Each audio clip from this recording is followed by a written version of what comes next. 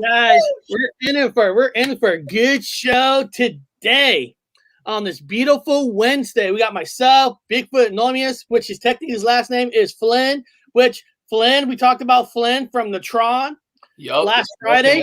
So kind of a connection. There's a connection. Now, right now, all you guys be jumping in. Right now, you're probably thinking to yourself, I see you and I see you. Where's Dr. Wu? Where's Robert? Where's Dr. Wu? Well, if you're asking that question, that means none of you guys watched my little video that I did on my website, on my own website that I have. Once a week. Now I've started a website where I'm doing 3 news topics. Once a week, a live show that's on my website about 3 news topics. Okay. Now, one of the news topics was UFO sightings, which I did an interview with a person who sent me a footage. And one of the news on it is actually about what really went down on September 11th. That won't blow you away. When you find out what happened on actual September 11th, you're going to have to watch that video. But one of the videos is about Dr. Wu. Because after the show on Monday, Dr. Wu took the hot tub flying machine. He picked up Elon Musk. He picked up Tom Cruise. And he picked up Bill Gates. And he traveled to Cambodia. Oh, my God. I can't fucking say the word. Cambodia, whatever. The Lost City. And something happened to Bob down there where we think he's dead. And what I'm going to do is, guys, I'm going to show you that news clip that I showed yesterday so you guys know where we're coming from. Now, some of the footage in this video might be disturbing. So if you got kids, make sure they're watching it because they're going to have to learn scary. Is this the Cambodian creature that I've been hearing a lot about? Cambodia, yes. Yeah. There's a Lost City, there's this magic thing called Lunga, like the last Indiana Jones and the last Temple of Doom. And Bob went to find it, and they say he found it, but they released something. And I'm gonna watch out. Yeah. I've been hearing waves of it in the cryptid world. I've been praying for Bob, man. I've been praying for Bob. Yep. So I'm gonna share the screen. Now this is my website. Okay, I'm gonna type my website in. And if you want to get these videos or get the newsletter I send out on a weekly basis, you're gonna have to subscribe to my website, and it's free. I don't charge money, so this ain't no money scam. So I'm gonna go to my website. I'm gonna scroll down, and I'm gonna play only one of the stories out of the 3 about Dr. Wu. The other 2 stories you're gonna have to go there and watch yourself. And trust me, you might want to watch because I got some information on what happened on September 11th that's gonna blow you away. All the truther channels, man, they're gonna have to rewrite the truth. They're gonna have to redo it. So here we go. And there's a reason why I'm bringing this channel up because this next story is about Gypsy's Rose partner that's on this channel. Now, if you give me a second, I'm gonna pull it up and I'm gonna share the screen. I'm gonna show you the video. It's running slow today. Don't know the screen. I'm gonna fast forward just a little bit. The guest appearance guy, Dr. Wu, Ancient City, actually decided to go Cambodia and fly to Cambodia. Okay, I actually got some footage. I got some pictures of Dr. Wu going over there. Let me unshare this screen. Give me a second. I'm going to share this. I was actually doing it on my laptop, so I had some slow issues. Go to the inbox. Okay. All right. Now, Dr. Wu, to see in this screen, Dr. Wu he flew there with the they have somehow Dr. Wu invented a hot tub flying machine. Yes, Dr. Wu invented a hot tub flying machine. And he flew there with Elon Musk, Bill Gates, and Tom Cruise. Okay. Now the story goes is Dr. Wu's missing. He's gone. Apparently, he was in Cambodia. They were looking for this missing Lumba right? This lumen is supposed to have magic power. It's missing, right? Somehow, the story goes that he found it, and a dinosaur, of all things, a dinosaur. They released a dinosaur. Apparently, it killed Elon Musk, Bill Gates, and Tom Cruise. They're all dead. And we think Dr. Wu is dead himself too. Now now these pictures were sent to me. Now let's look at the second picture here. Now apparently the story goes that the dinosaur got loose. Okay? And then Dr. Wu himself has volunteered to get out of the hot tub flying machine to have this dinosaur chase him. Apparently, there was a toilet behind him. Yes. So apparently, let's look at the second picture here that was sent to me. Now, apparently, that's Dr. Wu sitting on the toilet, sacrificing himself for the good of all his people that he took in the hot tub time flying machine. Man, I don't know about you guys. I really don't know about you guys. What a great man for doing this. What a great sacrifice this guy has done. Okay. Now, apparently, the reason they're saying that was Dr. Wu, if you look at this picture here, it looks like Dr. Wu. It does. If you look at this picture, that's his face, right? Sitting on the toilet. Everybody, I think that's Dr. Wu. Right? I mean, this, like I said, this was sent to me. Okay? Now this final picture is a dinosaur eating him. Now, I don't know if that's Dr. Wu, but man, I actually, also beyond this, guys, I actually got a live footage of this dinosaur apparently killing Dr. Wu. And I hope it's not Dr. Wu. I really don't. I mean, he's my co-host. Who am I going to have tomorrow? Like, he's dead. People, about this video, and I'm hoping that this is not Dr. Wu. Give me a second. Let me make sure. Let me make the screen bigger. All right, here we go. Let's check out this video, guys.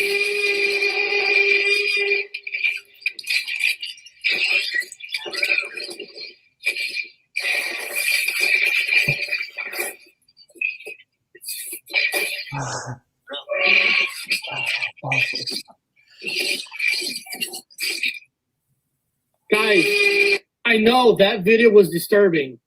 That was hard to see. If that was Dr. Wu, my heart goes out to his family, especially the host of the Gypsy Road channel. My heart goes out to Gypsy Road himself, which is technically me.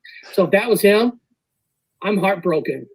I'm going to have to watch that video one more time, people. I know it's disturbing, but Dr. Wu might be gone for good. Let's check this video out one more time.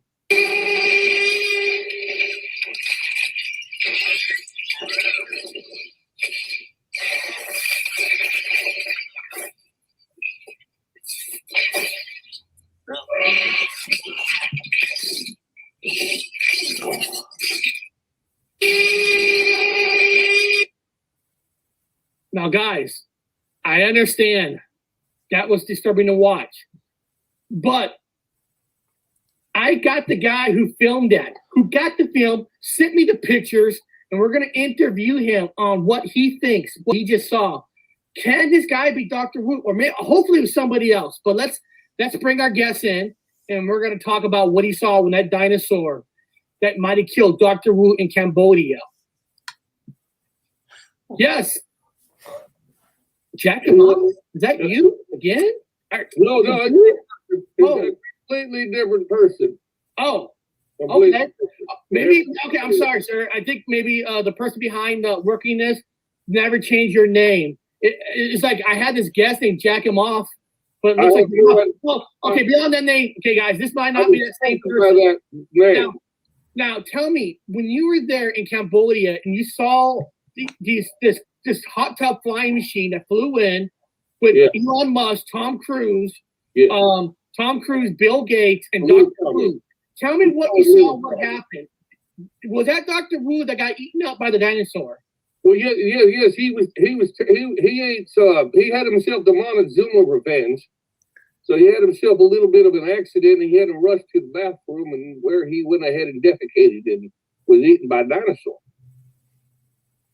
I believe it was a Tyrannosaurus Rex, and they believe them to have feathers, and then this one did not have feathers. That was I have to ask you. Watching that video, seeing those pictures, how Dr. Wu sacrificed himself for the other three, Elon Musk, Tom Cruise, and Bill Gates. Did they get out alive? Did they make it back in the hot tub flying machine? Was it just Dr. Wu died? They did not make it back to any machine whatsoever. They themselves were eaten by an ostriches. They were Jurassic ostriches, and they were eaten by the ostriches. The big old beaks on them, and they ate them all up. Started with soft tissue, worked way to tough tissue. Groin area, got the testes, all the penis, the testes, got the soft tissue, first throats, worked way up to eyeballs, and nose, flesh, ears. It was screaming the whole time. It was sad to watch. I was the witness. Well, the only thing I'm hoping for when I watched that video footage, there was a guy that got covered in the bushes. I'm hoping that somehow that was Dr. Wu, and the person who actually got eaten by the dinosaur wasn't him. Yeah. No, they got him. He's dead. He's dead. Then the other one got eaten, soft tissue first, and eaten piece by piece. Screaming, oh my God, they're screaming. I wake up at night with nightmares and screaming while they were alive, eating soft tissue. Hold on, guys. Hold on a second. Somebody just texted me a breaking news that this same person, this guest, wants to come back on. There's some breaking news about Dr. Wu. So I'm going to have to stop that interview. I'm going to have to check this out. Somebody wants to jump on, and apparently there's new information on Dr. Wu. So myself and Bigfoot, we're gonna ask some questions. Let's get this guest on. This just texted me, so we don't need to finish that video because, holy Christ, we got him now. We got him now. We might got him. Let's find out. Hello. Hello there. I'm in. Hello, man. Hello. Sir, I just heard that you got some more information about Dr. Wu. Oh, no, he ain't dead. Shit. He's fucking dead. I just want to come on and say hi. He's dead as nails. He got eaten by a dinosaur. Hell you thinking? He's fucking dead. He's probably a pile of shit at the moment. Sir, is there any chance he got his hands on what he was looking for before he got eaten? You know, the sacred stones he was looking for. Maybe there's a chance. Absolutely. We were all stoned. We were all stoned. He got stoned. I don't know what you were talking about, but we all got stoned. Little Tommy. What's his name? Elon Musk, and the other fucking asshole. We all got stoned. Yes, that was the question. You were looking for something ancient, sacred in Cambodia, the Forbidden Land. Yes. When I want to look at ancient, I look at my own deck. I won't see ancient. I look at my own deck. That's old. But no, we were looking for magic rocks and stones and crystals. And there's a crystal skull. Apparently it could open its mouth and all the fun stuff we were looking for. We found it. I think I had it in the time machine, the hot tub. I think it's still in the hot tub. I think Where did the dinosaur come from? How did the dinosaur get there? Well, dinosaurs don't have feathers, by the way. I got evidence of that. Dinosaur was just down the road. Hell, he had to take a shit. I had to take a shit. He jumped in the bathroom first. Hell, I would wait. I was going behind the bathroom. Sir, why are you using the name Dr. Wu on your screen? It says Dr. Wu. I don't know what you're talking about. I think you got your hands on the sacred things and are pulling some shape-shifting abilities, man. I don't understand what you guys are talking about. I'm a little concerned. What were you doing in the jungle, sir? I myself was there to look for them titty women. If you ever watch television, they always got the titty women on there. I figured I'm old. Hell, I can't score here. I go get me some titty women over there. Hell, I got money. I figured that'd show them $1 bill. It'd be worth $1 million over there. Yeah. Did you hear of any of the legends of the Cambodian creature before you got into the jungle? Well, hell, little Tommy was talking about the Cambodian creature. I believe I think it was Tommy or Elon Musk. I can't remember. Both of them dead. They got eaten by fucking ostriches. Yeah, they talk about them creatures. Them some bitches are all up in the jungles, but them landmines are there too. And then they got the dinosaurs on top of it and the velociraptors. Everywhere, all over the place. Somebody says you need to get your eyebrow trim. What do you say when somebody tells you that you got to get a trim? Well, I just did. I just went to the barbershop. Hell, I want to look good for the ladies, so I got myself all done up nice. Got a neckerchief on. Looks like it's cold up there in the North Pole. It is cold in the North Pole. Mrs. Claus is gonna make menudo later. Santa, he's out running around with Rudolph. We don't know. We know what that's about. I got a theory here. I got a theory here. We got a theory? Yeah, that hot tub flying machine is also a hot tub time machine. I think you are fucking Dr. Wu, and I don't know what you're talking about. I don't think you know what you're talking about. No, this is the future Dr. Wu of 30 years in the future. You are Dr. Wu. I am not Dr. Wu, and I refuse to acknowledge something like that. Well, how do you know so much about him, sir? Well, I think you Dr. Wu. How did you know that Dr. Wu is going to be in Cambodia at that moment in time? Because he invited me to come on the time machine with him. I was with little Tommy. He wear a white shirt with sunglasses in the movies. Mission Impossible for him because he got eaten. And then fucking old Billy Gates. Scientology didn't save him, no? Oh, Billy Gates, he got the jab, all right. They all got the jab. Something's not right. What are you talking about? Well, hold on. Right. Okay. You're telling me. Right. Hold on a second. I gotta pull something up here for a second. You ain't right. Well, hold on. You're telling me that you were with them in the time machine, but let me look at this one. Hold on. In that box, it was a hot box with all this men. I'm looking at this picture. I see Dr. Wu, Elon Musk, Bill Gates, and Tom Cruise. Then where are you? Well, I had to get out and get a pack of smokes. I wasn't exactly in the picture at the time. I had to go get a sixer and a pack of smoke. Them fucking sausage fests weren't going to get it. I had to go get it. Now, hold on. Or are you a sick mother and you're doing sexual favors to those men underneath the I'm getting the hell out of here. I'm out of here. I'm leaving. Guys, I think that was Dr. Wu, and I think he should. I'm being insulted on camera. I think he'll use the hot tub machine to come back to bring us. Or hey, well, if you're not Dr. Wu, can you at least use the hot tub time machine part and get him right before he gets eaten by that dinosaur, so we have him for the show? Save our friend. Save our friend. Well, we live in a Matrix world, man. You gotta save him. Energy surrounds us. All you have to do is tap in. Please, Santa. I tapped in when I was over there, I'll tell you that. If October is supposed to be the 8th month, then that would make today December 24th. Tomorrow's Christmas. Bring him back. I tapped in. When I was there, I tapped in real good too. Hell, I had money. I tapped in real good. I got them stones you're talking about.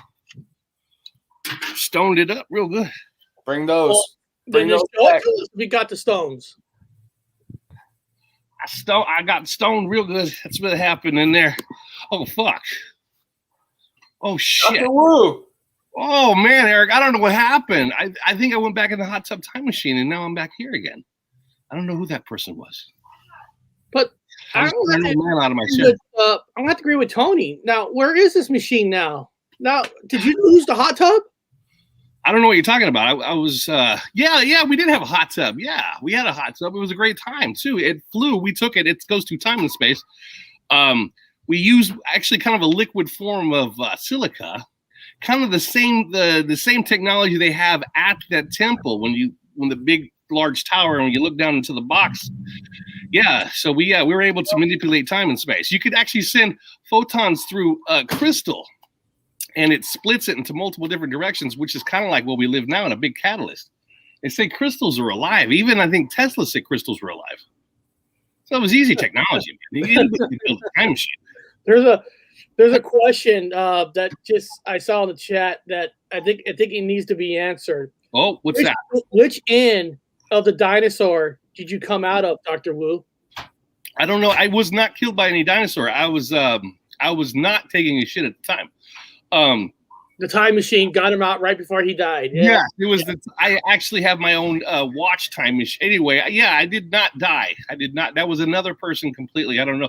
Maybe me in another dimension, because we do have split people. We actually ourselves, we have multiple us's in multiple dimensions. I think they call that schizophrenia, but actually it's just one person that's actually reaching out into multiple selves. So we have an alternate history. Yeah, well, we have an alternate a lot of things. For sure. There's a cloud above us that we could just tap into and just grab secret synchronicities and frequencies from ancient times that have been unlocked just for us in these moments, man. And it's just like a cheat code. It's just like a cheat code. Have either of you ever heard this comment? I've heard crystals are frozen light. But who really knows? Have you? Well, yeah, again, I'm not joking. I've never heard of him say that before, but apparently Tesla did say that crystals, I wrote it all down, crystals are alive. They're a living organism, because if it traps photons, if you have a plant takes its chlorophyll, right? Liquid sunshine. It's the same generator machine as that you have in a crystal. So a crystal's basically a plant.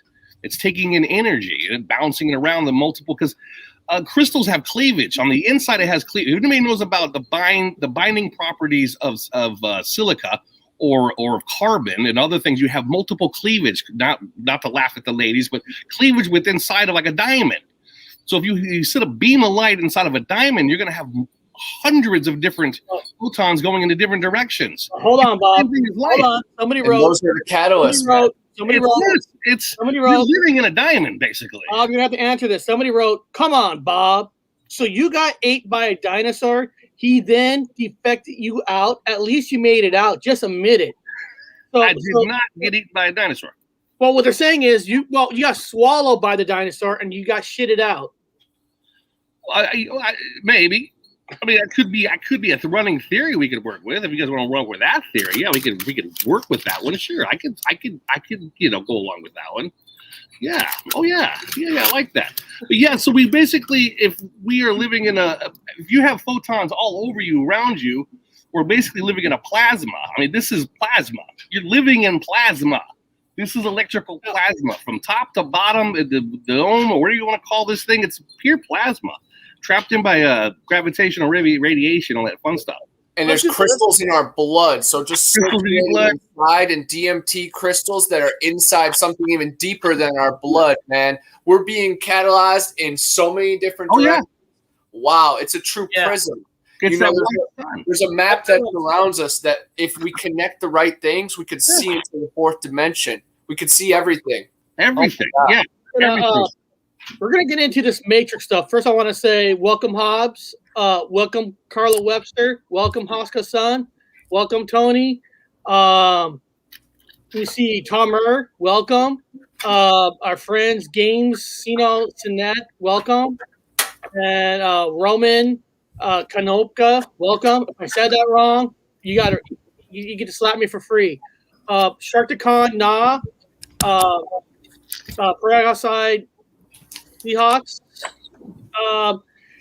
Actually, talking about the Matrix, and we've been talk about some movies and stuff, and Sharkticon Na, sent me an email, made me remember about a movie called Dreamscape, where it was about using dreams, dreams, and stuff. And me and Bigfoot, right before the show, we were talking about, when you think of the Matrix, of course, you think of the three Matrix movies, and you think of course, the fourth one that's going to be coming out, an Animatrix.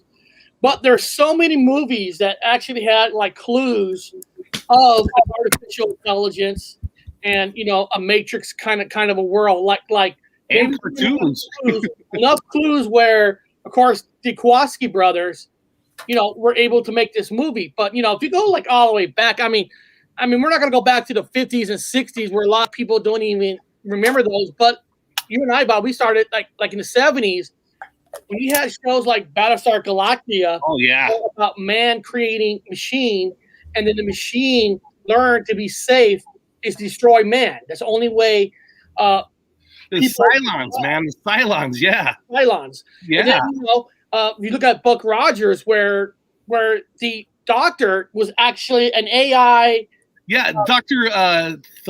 Telepathy. God damn it, Theopolis. Dr. Theopolis. Yes. And then we talked about how like Star Trek had a living machine with the satellite, and was searching for for their answers. And then Voyager became V'ger. Yeah, Voyager had to reproduce the entire multiple different universes, so it came back. And then when you look at Tron took a whole new step forward, where Tron took a human and put a human in the computer world. Yeah. So movies were evolving. And of course, when you look at Terminator, it used machine skin and used time travel to do both, where man created machine, but machine learned how to use time travel because I guess, they're smarter than us because we built them.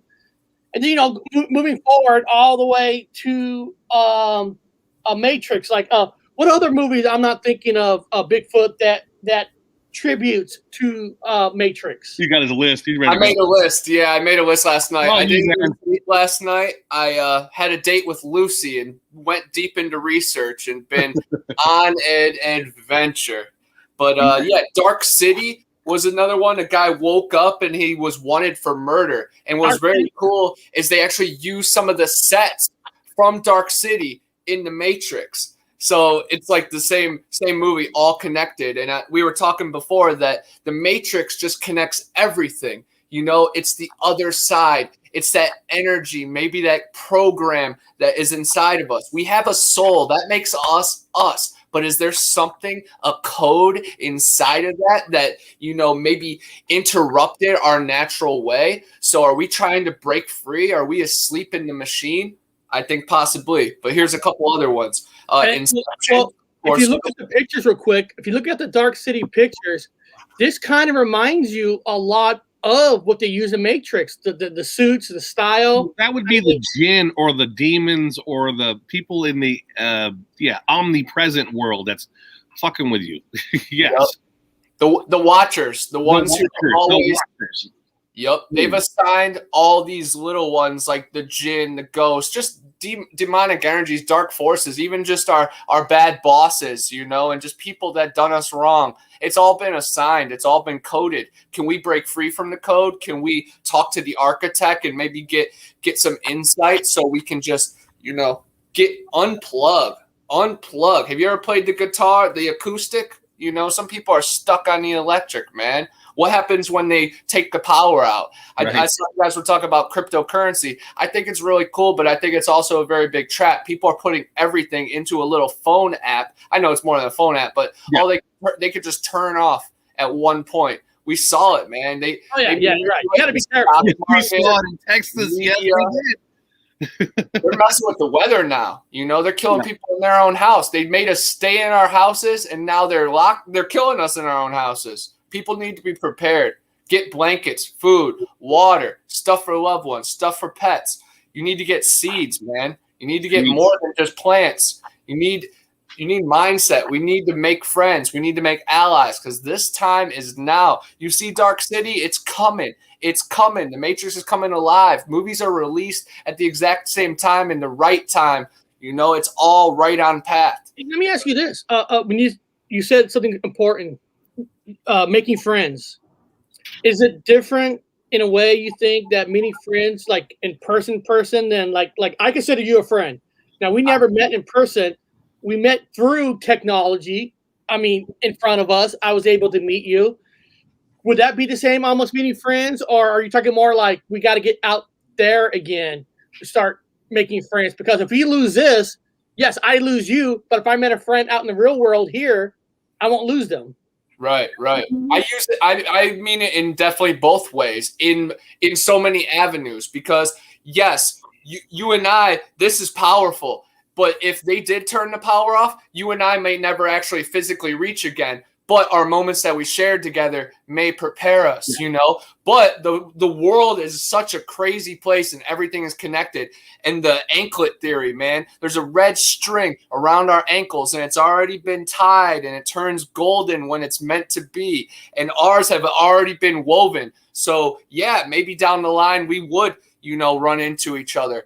But I definitely mean the locals too, because we see it now. I saw it right after the hurricane. The only people that helped was people that you had, you know, the people that pulled off the trees from my mom's house and helped me on my own yard were just people around here. No government came, but it was also people from other places, you know. Truckloads came in with food. It was people though. We have to be community, and that's why it's so scary to see all this division between us, because we're all just people, and they're really scaring us between non-maskers, maskers, red and blue. Did you vote or not? Are you getting vaccinated? Are you not? It's so scary. Are you traveling? You're a heathen if you're enjoying yourself right now. You're not allowed to party. You're not allowed to sing in church. We need to break free. That's the Matrix clamping down even harder in a real term and just the literary term. Like, come on. It's clamping down in every direction. We have to break free. It's 2021. Matrix 4 is being released for a reason. Sense 8, have you guys ever seen that? We're all connected. If we could channel the true energy that created us, we can tap in. We can link in. We can hop in the hot tub time machine with our eyes closed. You know, time is nothing. It's eternal. Nothing is everything. We've always existed. Energy is not created nor destroyed. So if it's always existed, there's a cloud of it. It's something that taps in. We're made in our creator's image. And I'm not talking about man. I'm talking about energy, vibrations, protons, electrons, particle and waveform. You know, and the Matrix is waveform. And I think we can really tune in. But right now we're sunken in the pods. We're just sitting there hypothermic, just like the guy, he was testing out the pods when they were making the movie. In 8 minutes, he started getting hypothermia. The pod that Neo's stuck in, they had to start warming it because he was going to spend an extended time in there. So even on the set, there was things going wrong. I think the Matrix was trying to stop the Matrix being made. And in my channel and on my YouTube, I've been diving into cursed films and things going wrong. And Carrie Moss twisted her ankle. Keanu Reeves had surgery on his back, could barely move when him and Morpheus are sparring.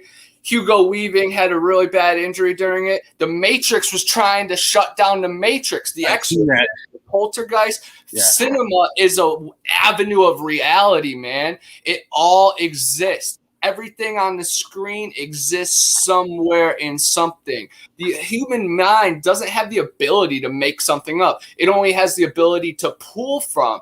Everything that you've ever thought has already existed in the wave above us, man. Three-headed monsters, mermaids, Bigfoot, Nessie, Atlantis. Dude, that's all common basic stuff. Yeah. You're talking about prisms setting crystals and catalyzing us in 9 different directions under 10 different firmaments in 8 different bubbles. That's the kind of stuff I'm trying to think about when we break free from the Matrix. Then what's going to be our responsibility? When our spirit goes to heaven, breaks free from this Matrix, what happens? That's what I'm about, man. And I'm all about tapping into those little glimpses and windows of opportunities that we get through meditation, through psychedelics, through eating habits, through fasting, through talking to people like you guys, to listening to music, to just running, pushing myself to the limit, to pushing myself to my fears, dreaming, writing down dreams. Dude, we're magicians. We're all clairvoyants. We're all made in God's image. We built the pyramids. Our ancestors did too. But we really need to tune into our bones and our soul and what makes us us. And what makes us us is so much more powerful than anything they can give us, because that's just man-made. What makes us us is made by the Creator. But I think there's a computer system and AI and some evil entity that's trying to interrupt the national way, the natural way. Yeah, and I think all of our senses need to come together, man. It's Sense 8. We're all linked in together. Sense 8 is a spin-off of The Matrix. We all need to watch it and tune in and love one another and correct people when they're acting evil, because it's not the end for them. But if they continue it, we need to draw them out of the equation. Yeah. No, I think you're right. I think there is things out there that tries to put a wrench, in clients, try to make angry. Like you talked about, we did a show on cryptocurrencies. Our guest was The Matrix Unveiled. He was ready. He called me up. He really wanted to do it. And then right before the show starts, he busted up his leg. Yeah, he busted up his leg.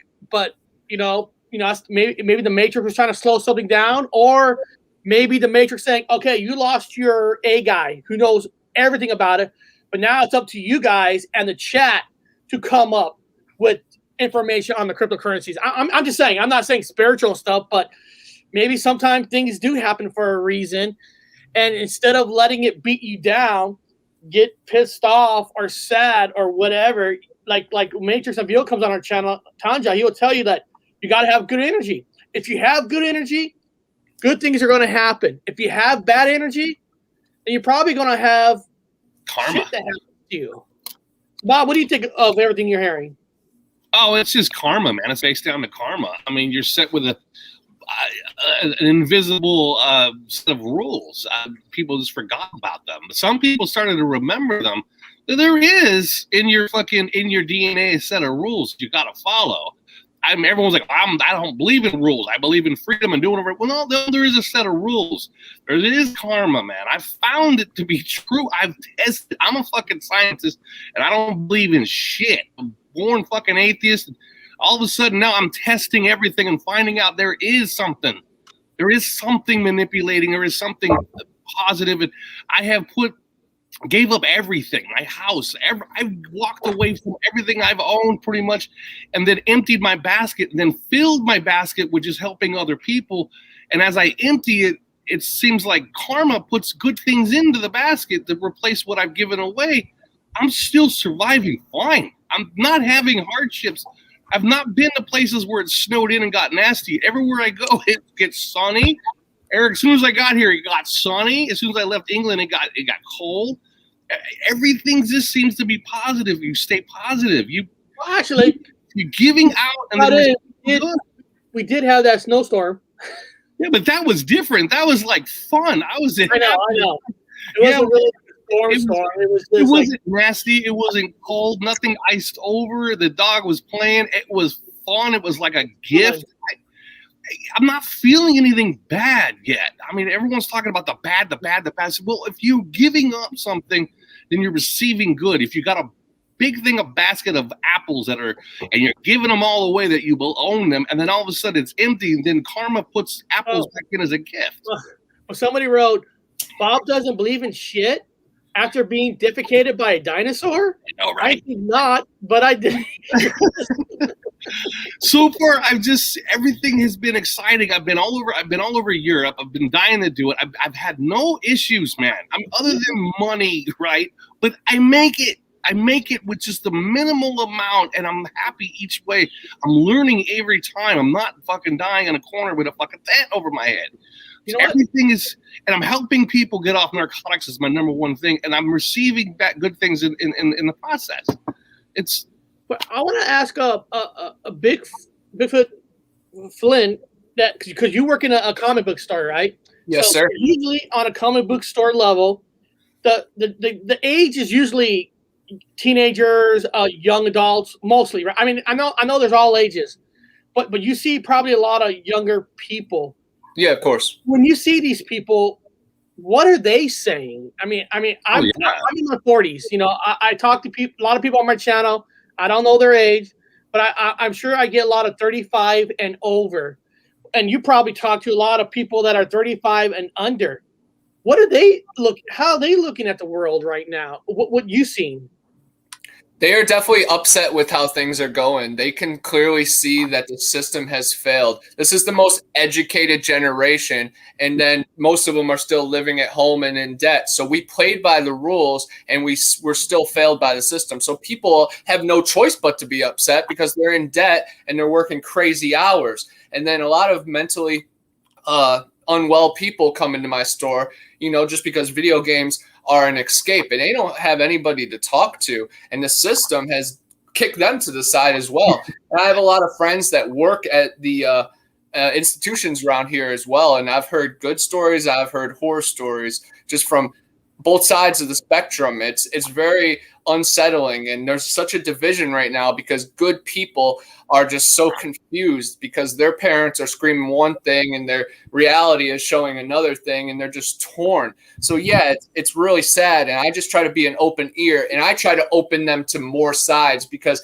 you know, the news and reality only just gives them this sad plate of food. Yeah. And I'm trying to give them a buffet and show them, like, hey, energy is eternal. There's thousands of continents. Heaven is real. They're lying to you. You know, your immune system is stronger than you believe. Just smile, get some sunshine, go get some moonlight. I try to tell them, like, alternative, you know, things that they may not have heard before. I try to give them hope, you know, and that's hard sometimes because sometimes I'm not in the mood to converse, you know, but I know that it's way bigger than that. And I've slipped a few times that, you know, I just wasn't the most up to it, and that kind of stung me. And some of those I was able to make amends, but some, you know, the crazy 14 months have taken away from us. But yeah, people are very upset and they're confused, and a lot more people are speaking out, and especially the people I interact with, because I try to erupt it out of people because I'm sick of being quiet. I'm sick of people saying there's no evidence, there's none of this. Like, guys, they said UFOs are real. You know, Bigfoot has been spoken about by thousands of people every month now.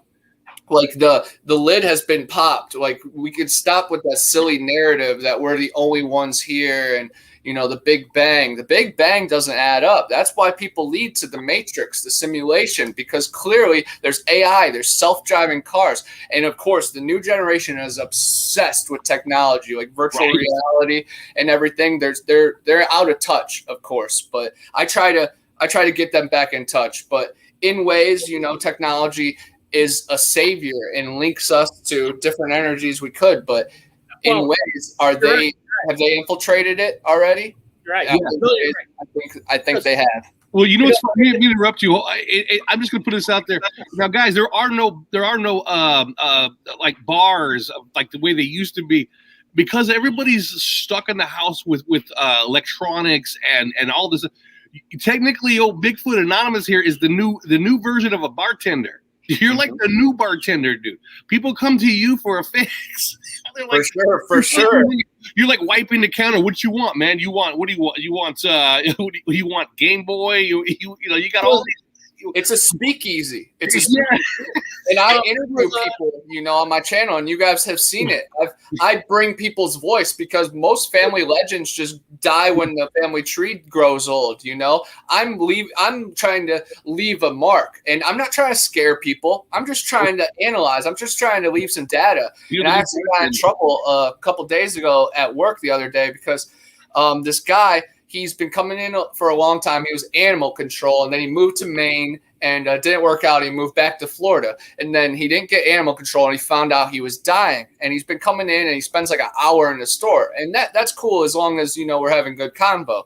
And I asked him if he ever had a paranormal encounter. He said a little kid touched his shoulder on an Indian reservation. So I was like, hey, man, would you like to do an interview about that? I would love to, you know, tell the world and spread your story. He's like, oh, it's not scary enough. And I'm like, dude, I'm not trying to scare anybody. I'm just trying to, you know, spread the story because someone might have been on the same reservation and maybe be linked to the kid. I'm trying, and in a way, the man is dying, and I see he's kind of going through a little crisis. And I'm no hero, but a helping hand goes a far way. And I'm trying to have him leave his mark, or just even tell his truth to me. And he was like, "Oh, I can't be on camera. I've never been on camera." And I'm like, "Dude, I'll just film the woods, while you talk." He's like, "They know my voice." I'm like, "Who knows your voice? You're unemployed, and you might pass away soon."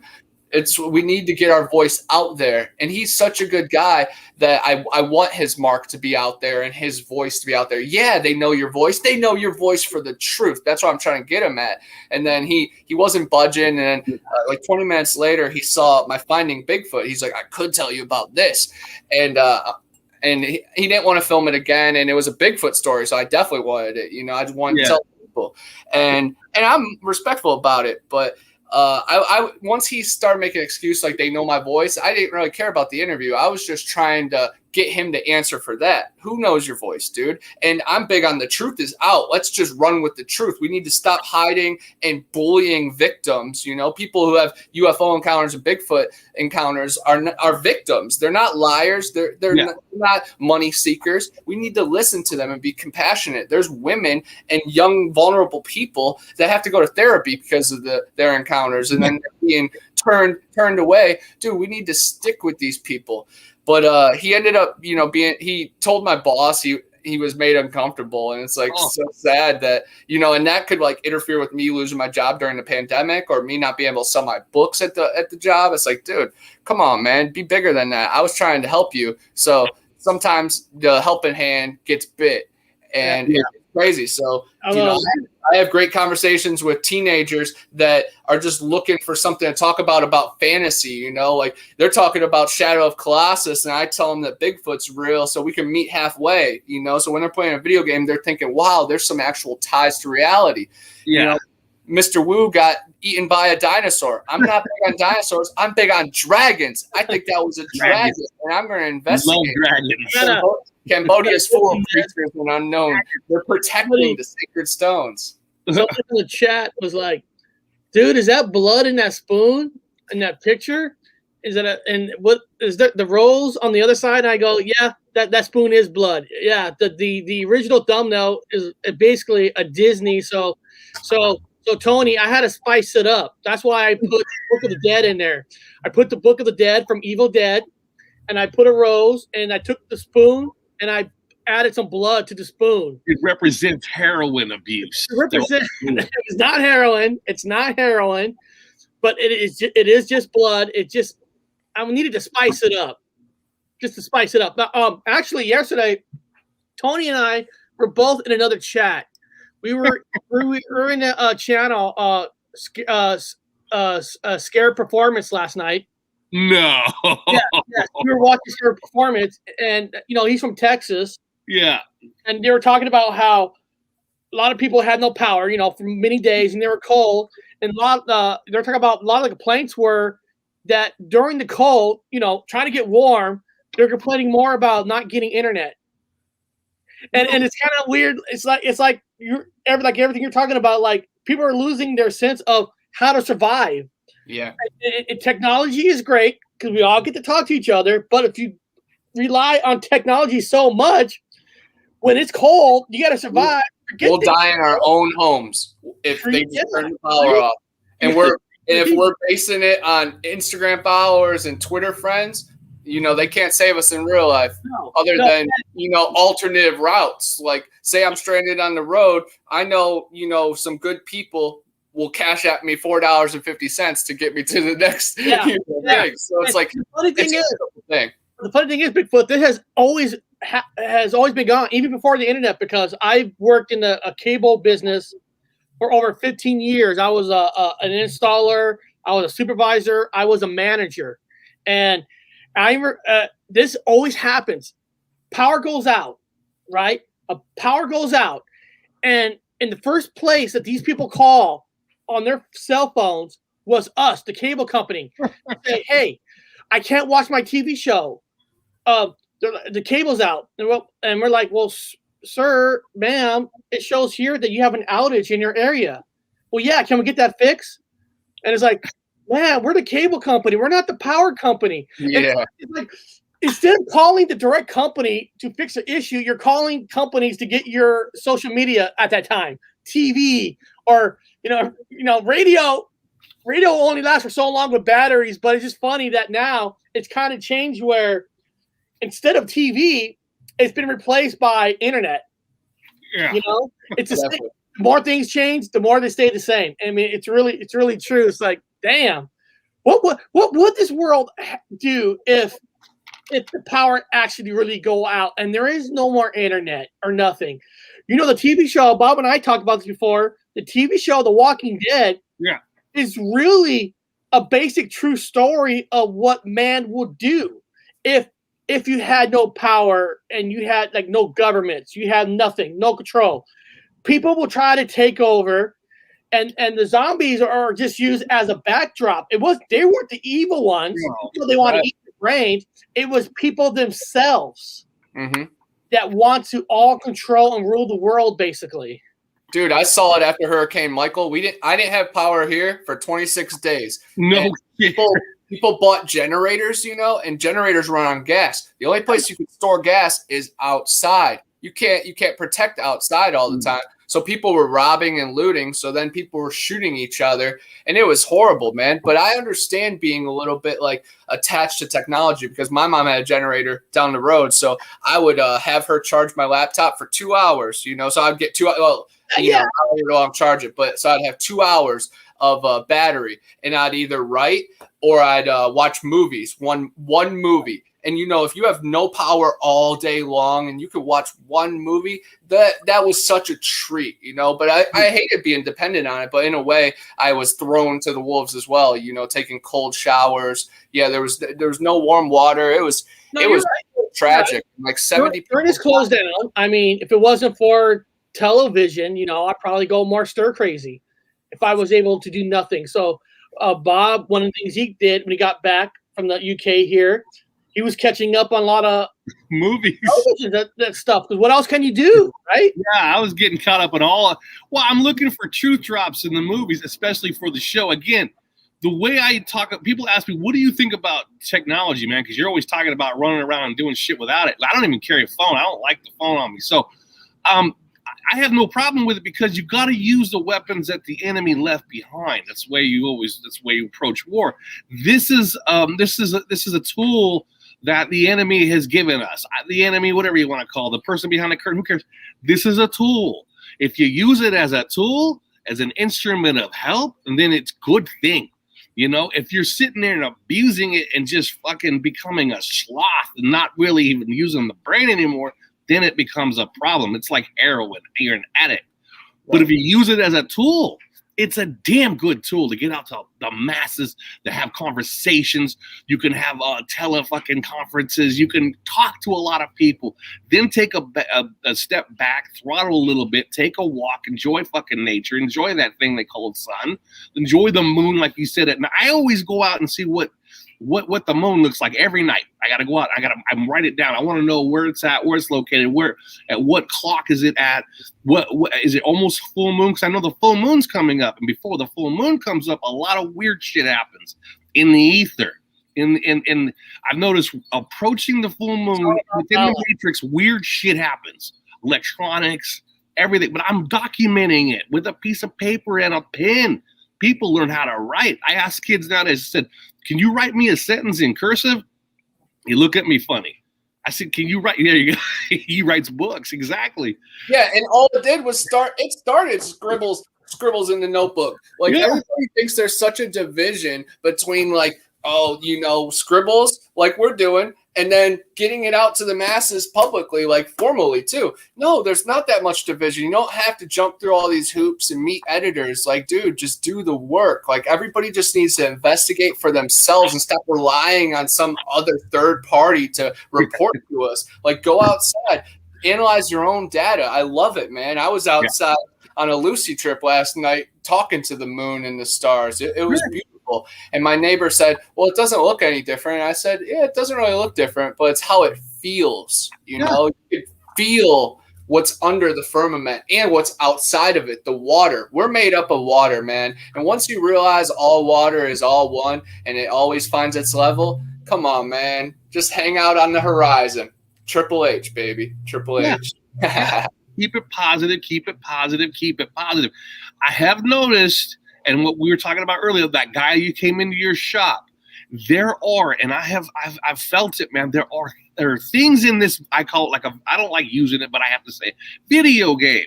And you got the Sims, the evil ones, or they're there to piss you off. As in Freemasonry, we would say, they're there to get your goat. That's their job. That's all they're supposed to do is get you riled up. It seems that there's a dark element within the fabric of this place that is there, put in front of you as a game piece to challenge you in this chess game, to make you pissed. That's what your job is.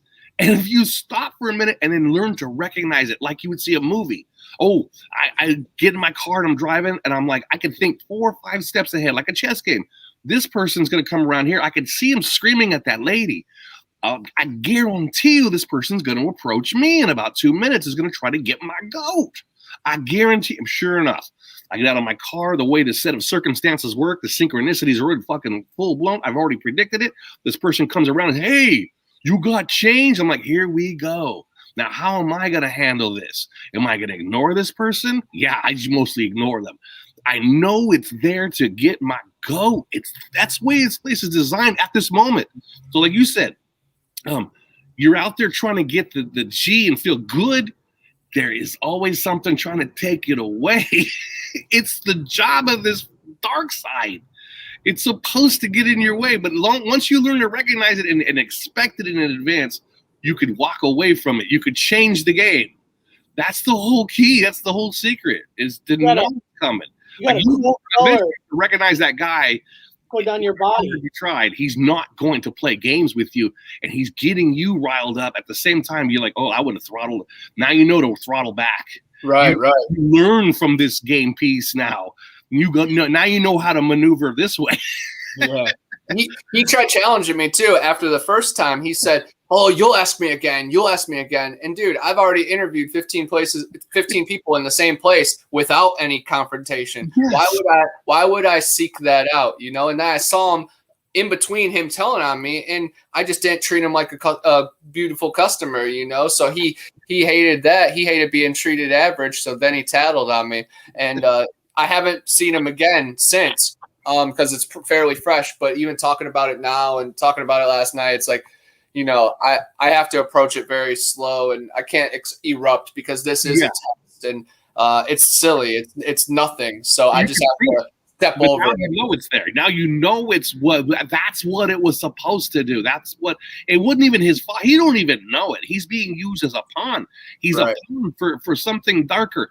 Okay, he's too damn. You're like, he's looking at you. Whatever this is, like, you're too damn positive there, Bigfoot Anonymous. Let's put this pawn here. Tapped on his shoulder and zapped him into whatever mode.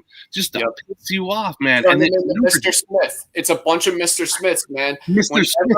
Whenever they don't hear like whatever they don't like what they hear, they turn into Mr. Smith. They start fighting for the system that has left their loved ones to die. So what are they fighting for? I'm fighting for the soul. So if you want to confront me, you're fighting yourself. Might as well just punch yourself. Go spar with the mirror, because I'm just a reflection of my people, my brethren. So come on, man, we need to stick together. And there's a lot of division, man, because I consider that guy a friend.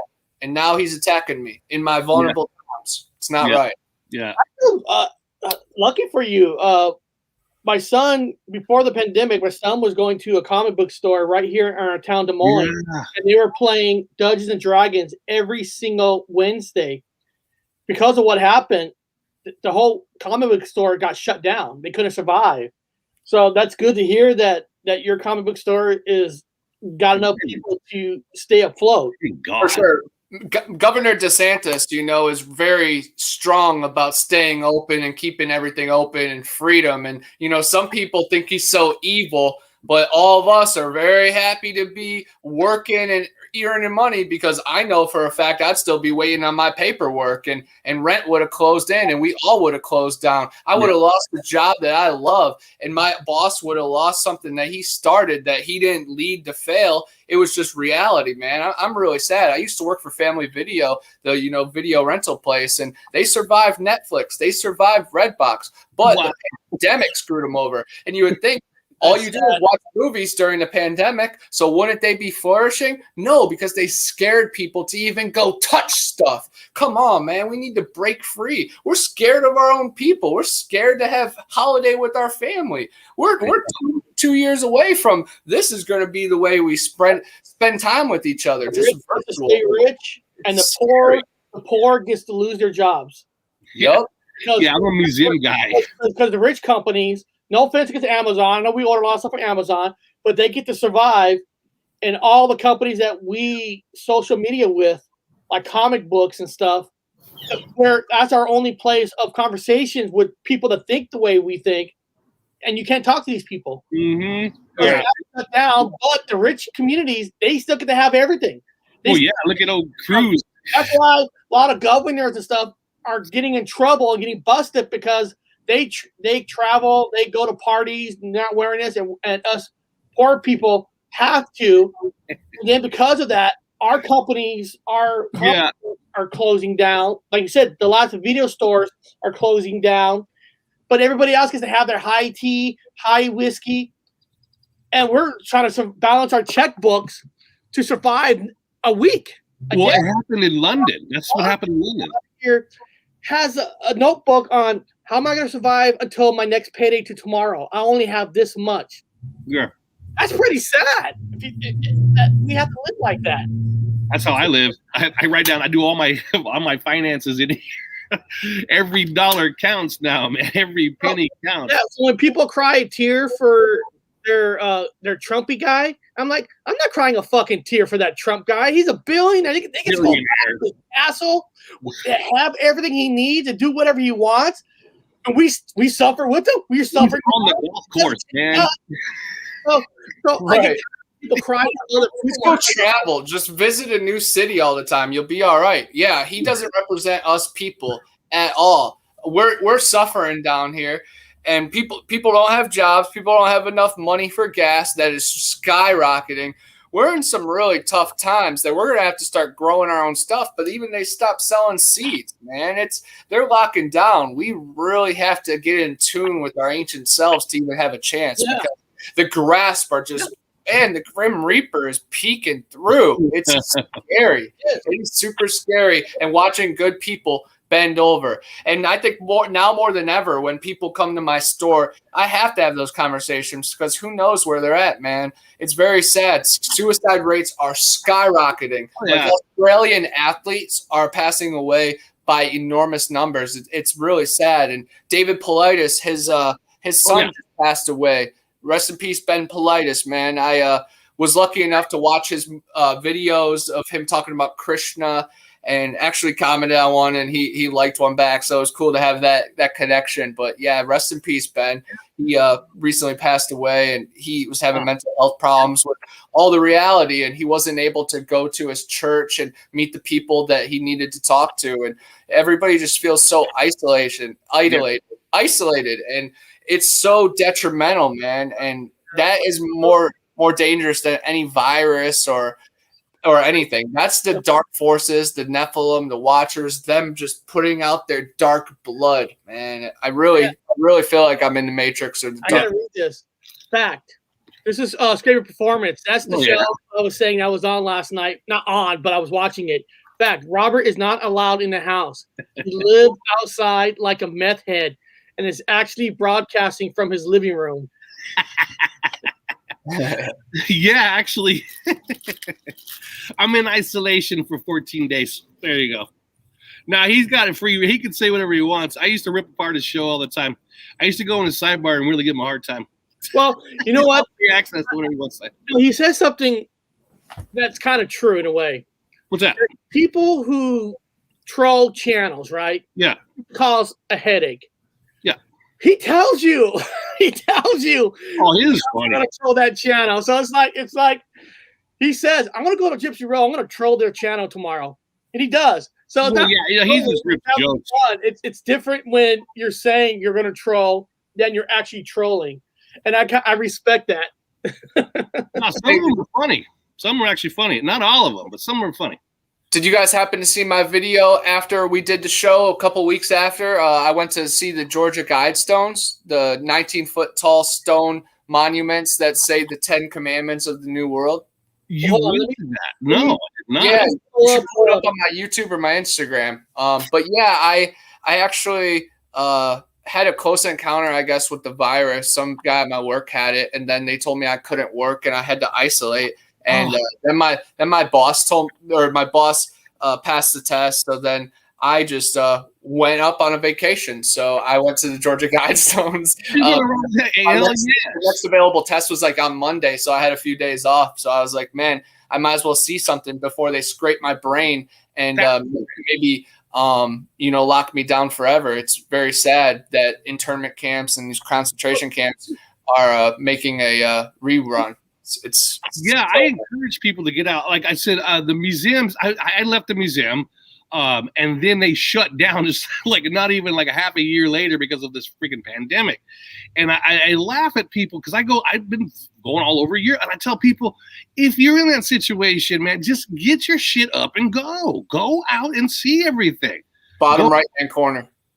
Go see things like Dan joked about. Yeah, I spend a lot of time outside, going down. That was all over the place. But hold on, accidentally woke up a homeless man under the bridge. Yeah, I can talk about a couple of these. Investigating the falling water Sasquatch. A woman saw a hooded Sasquatch, so I went and investigated these sinkholes in the tallest waterfall in Florida, and I actually met these people that as their tag is our van quest, and they are riding across America in a van, and we hunted Sasquatch for a little bit. I accidentally woke up a homeless man right here. You can turn on the volume. Always notice people fishing off the I gotta see this. I'm sorry. And wanted to take you can barely see him, but you can hear in my voice, and there's a tarp in the corner. But if we went super slow, explore it. It's definitely an interesting spot. Wow. To get away. See, I think it already happened, but he's like in the corner under the bridge, and I saw this truck over here, but this truck has been here for like weeks that I've driven by, so I didn't think anything of it, and I was making a video investigating, and he was under. I just saw it. Oh, wow. Yeah, right there. And like if you had the super sound effects, you could hear him rip the tarp, and it was just kind of scary because there's a hole right there, and it looks like you could put a body down there. Right there. And No shit. of a deer. Blue tarp right there. I see the tarp. Yeah. I kind of thought about after I was like, oh man, like I was natural. That video was just a natural thing. But I look back, I was like, oh, maybe I should have been like dramatic about it and be like, oh, I'm sorry not to wake you, but that would have just been kind of corny. I just remain calm, and then when I go over and I show the river again, I say, I just woke up a homeless man. I got to be careful. And it was kind of messed up because I've been visiting a couple of these haunted places, and my car will like sputter when it starts up, or my brakes have went. Like I just had to get my brakes done again after I visited the Russ house. So I've been leaving my car on a couple of these places. Explore. These are called nuke silos. They're just grain silos, but they're abandoned. Some girl painted Freddy Krueger, Jason, and Michael Myers, and this actually almost got 1,000 likes on my TikTok. Pretty cool. No way, that's cool, man. Yeah. Yeah, there's Freddy, and then that looks people like used to climb up to the top, and then there's bat shit, and we were hearing noises. It was cool. Newer, the remake Freddy Krueger in a way, not the original. Yeah. Am I wrong? Doesn't he look like more the newer Freddy Krueger? It definitely has that vibe. I think it's just like her rendition on it because she is just a master genius of horror. Oh man, that's good. The last one is what I saw that actually brought me here, and I saw drone footage of this place, and I was like, dude, I gotta see this place. Wow. And then I didn't even know you could go inside and stuff, and it's just spooky as heck, man. Wow. And of course, there's like needles and stuff in there, and people climb to the top. It's like, but people say stairs have fallen, so it's super dangerous. Yeah, that's cool. Oh, Michael Myers. That's the best one. That's really good. Yeah, I was doing the same thing in Europe. Every time I see graffiti, I like to record it. I like to record the graffiti. It's you get a lot of what you call street information and what people are actually saying from the graffiti you see. It's really cool. 100%. There's a language around us, man. There's geocaches being hidden. People are playing Pokemon Go, Ingress. They're playing all these GPS games. There's so much going on around us. Graffiti is talking to each other. You know, secret societies are giving different hand motions that are communicating with people 50 years ago. There is so much communication. There's so much code. The Matrix surrounds us, man. We're in a green tint. Look at all the plants. Look at the sky. It's blue. What's blue? Green. The opposite. I'm writing in a text.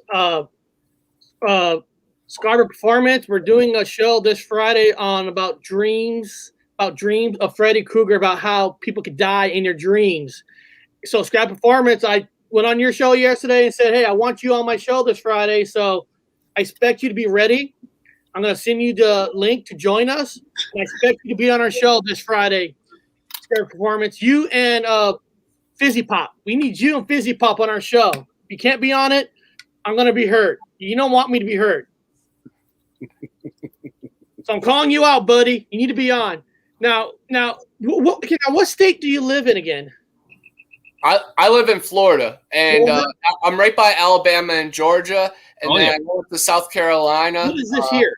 This is the Gregory House. So this is at Torreya State Park. You can just turn the volume on. I pretty much explain it pretty well. But the pretty wild thing is, on TikTok, a bunch of comments were saying the top middle window above the door, the curtains actually moved. And we were the last people in the park for this. So it's so wild. And this house actually got moved down the river a couple miles. So it actually originally wasn't built right here. And it's right at Torreya State Park, which I talk about in my book, being maybe the real Garden of Eden. 27 of the 28 trees in the Bible are in that park. Gopher wood, which Noah used to build the ark, is also known as Torreya. The only place Torreya grows in the whole wide world is that park. All the ley lines converge there. There's a bunch of Native American mounds. Stacy Brown had some of the best Bigfoot footage. It's thermal footage that he gathered with his dad. It was all over a bunch of TV shows and stuff. It's really wild. The Georgia Guidestones video is the very bottom right-hand corner. Yeah, that's really weird. That's another one of those where you had a couple of private organizations show a little bit of a threat, scared everybody, trying to bring the population down. We need to have this lower population. You're like, what I want to ask you is, what's the curse on this Passion of the Christ movie? Is it there's an actual curse that's on this movie? Yeah, there was tons of bad stuff that happened. Like Mel Gibson and Jim Caviezel got blackballed from the industry right after they made it. A lot of countries banned it because it was so brutal and told such a rendition of Jesus that people could not handle it. And then other people thought there was supernatural forces because Jim Caviezel, the guy who played Jesus, got struck by lightning while on the cross. He also got whipped, had pneumonia, had a shoulder surgery, a lung infection. A lot of things went wrong. And then another guy on set got electrocuted as well, and that was for his second time in his life. And then a bunch of other accidents on set, like things going wrong with flooding and a bunch of just budget problems. So it's a rabbit hole of stuff to dive into with the cursed films, man, because it goes into cursed video games, cursed comic books, the game Berserk on Atari, and back in the arcades, a couple people who got the high score passed away. And that goes back into The Matrix and Ready Player One. Like, are we in a video game, a simulation? Are we already hooked to a battery or synced in a pod? Is our soul in a chamber that we have to break free from? Are we the Chamber of Secrets? Yes. Yep. Are we seeking the Philosopher's Stone? Of course. Yeah. We're all the prisoner of Azkaban. I like that video right by the Georgia Guidestones. It says investigating Hug and Molly in Abbeville. Hug and Molly is a 7-foot-tall monster woman that lurks in darkness, and she finds people that should be home and out, shouldn't be out. And she grabs them and bear hugs them, squeezing them, crunching their bones, screaming in their ear, piercing their ears, and making them go deaf and insane. And right there on the sign, it says, "Welcome to Abbeville, home of Huggin' Molly." It is wild. And then a couple people at my comic store, there I see on their card, it's like from Abbeville. And I'm like, "Oh, you know about Huggin' Molly?" And this one older white lady, very old white lady, said that they used to be told that Huggin' Molly was a giant black woman. And of course, in the, not ancient days, but the old days when people were ignorant and thought, so much division, and still now, of course. But back then, there wasn't even media or anything, people didn't see other type of people. So they were so scared. And that makes me think of all the black people that there's like these white legends, like the woman in white, the woman in the white dress, the woman in black, even Medusa. Like, no wonder people are so scared. And it just ties into all the ancient legends, man. But Huggin' Molly was freaking freaky. And a cop pulled a guy right while I was making a video. It was wild. And that was such a cool trip, man. I did a lot of wild stuff. Hugging Molly. That's I have never heard of anything kind of like Hugging Molly. That's an interesting paranormal. There's a lot of lore. There's a lot of lore about it, man. Definitely dig into it. There's another cool spot up there. That's it's the hole of Bill Skepto.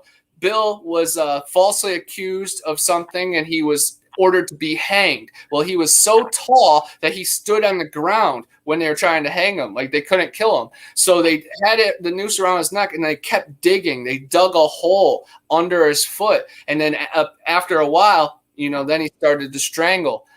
And it was a slow death. And he resides around the building trying to figure it out. And they say if you fill the hole, it will automatically empty out. Pretty wild. This one's a good one too. Everybody knows Superman. Christopher Reeve, what happened to him? He fell off the horse and was paralyzed. And then even after that, Eminem had rap beef with him and had millions of people chanting words against the poor guy, and he lost his beautiful hair and lost everything, man. And there on the cover, you guys could see the Twin Towers. Come on, man. It's not none of that. You were saying you watch movies to see the signs. It's right there. Look at David Rockefeller's watch on all the magazine covers. It all says 9/11. Those towers were built to go down. It's sad to say. I don't even know if there were planes. It could have been Superman. But there's been a lot of other things that went wrong. Of course, Justice League and Batman vs Superman got horrible reviews. And Zack Snyder, who made the movie, his child committed suicide, and he's battled some dark demons, and now the Snyder Cut is coming out, so maybe there will be a release. Maybe he paid his demons, and I hope his story really gets told. Well, remember Superman 2, Superman 2 is actually two different movies in one movie, because Richard Donner got fired during making a Superman 2, where they had to bring in another director, so that's why it had two different feelings, where they actually let Richard Donner come back and actually do Superman 2 director's cut of Richard Donner's cut. So Superman was actually made. It's almost the same thing as Justice League, which, like you say, Zack Snyder. They fired him. Daughter died, and then of course with the public, the first time that the public actually all cried and wanted to see a Snyder cut, where technically there wasn't really a Snyder cut. It was just a bunch of drawings, and it's almost like the first time in history that a studio says, "Hey, we're going to give you $70 million to finish it." And if it wasn't for HBO Max to have a streaming service, there would never be a Snyder Cut coming out. But because there's a streaming service, they're using this to bring people back. Mm-hmm. Hey, subscribe. But I'm fine with that, because I told Bob last Friday, I have never in my life where I saw a trailer for the first time and saw the movie, and it was all right. It wasn't bad as people said it was. And then you watching a same trailer for a movie with a whole new cut, and it's like watching a whole brand new movie again. Wow, I've never seen a trailer got me excited again, where I already had a trailer for this movie. I mean, it's like a whole fucking makeover. And, and also, Zack Snyder does not get the fucking credit he deserves. Damn it. Because I did not like I did not like Christopher Reeve Supermans. I did not like the time travel in the first one. I thought that was stupid because I'm like, well, if any shit happens, just go around the earth, and go back in time and save time. I never liked it. What he did with Man of Steel was like, fuck. Yeah, it was incredible. Back. And then Wonder Woman 2, right? The 1984 Wonder Woman. That movie sucked ass. The first Wonder Woman was good. Yep. Now, the difference between the two movies, like why did one kick ass and one suck ass? Well, people don't know this. Zack Snyder was a co-writer of the first movie. This one was written by the director herself, Patty Jenkins. And try to make it too much like the Christopher Reeve Superman that totally lost touch of humanity. And like you know, if you watch Justice League, I know we're getting nerdy here. Is watch Justice League, right? There's a picture of Wonder Woman that was back in the World War I, right? In fucking 1984, she's kicking everybody's ass in a fucking mall, destroying cameras, and you're like, what? Nobody could get a picture of her? And the only picture they have is her in World War I, and she's kicking everybody's ass in a mall? Come on, give me a fucking break. I've never seen her first movie. I have no idea. Hold on. I got an Amber Alert. Oh. Renton, Washington. Oh, no. That's actually like 2 towns over from us. Whoa. Right, Kyoto. So there's a lot of those going on, Eric. Mine was going off 24/7. There's a lot of kids missing people. This is weird. What kind of part to look for? I respect your. If you like the old Supermans, I respect that. I just, for me, the old Superman movies did not work for me. It just did not work. Man of Steel is the one that brought me back into Superman because I'm like, Superman's too fucking powerful. Why do I care about this fucking guy? But Man of Steel made him like human. Made him like you to become Superman. You had to go through life. The only best part about the original Superman movie was the first part when Superman was a kid, when he was trying to find himself. As soon as Superman went from a kid to the man in the suit, wow. It's like, where's that middle part? Where's the man that has to learn how to fly, has to learn how to become Superman? So when people bash the Man of Steel saying that wasn't our Superman, well, it wasn't, because the fucking guy was supposed to learn to be that man. There it is. It's like I don't. People want to, like Bob, like you said, we want to live in a comic book story so badly that we forget to get to the point. C, we have to go through B. We just don't automatically become the man we're going to become in one day. No. That's just. I'm sorry to get off on that. I'm not trying to get nerdy here, but it just drives me fucking nuts when people say they don't like Man of Steel because it wasn't like the original. Zack Snyder, when Zack Snyder made The Watchmen, the movie The Watchmen, that was something nobody's ever saw before. He made the first adult style, not really superheroes anymore, but you know what I mean? It was more of a drama that because of The Watchmen, then that opened the doors to the X-Men movies. It opened doors to all these other movies because Zack Snyder showed on what a real world would be like.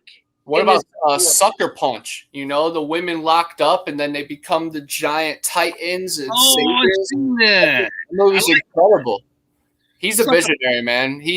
He's went through the trial and tribulations, and I'm very pumped about the movie, but maybe it's the agents infiltrating, and they're going to put in some subliminal messages. They're going to give us what we've been asking for, but they're going to meet us halfway. They're going to, poison us. So yeah, everything has it used to be I watch a movie, there was nothing in it, but after 2016, I watch movies and there's hundreds of fucking little codes going through. I'm like, I don't remember these codes, and there's lots of them.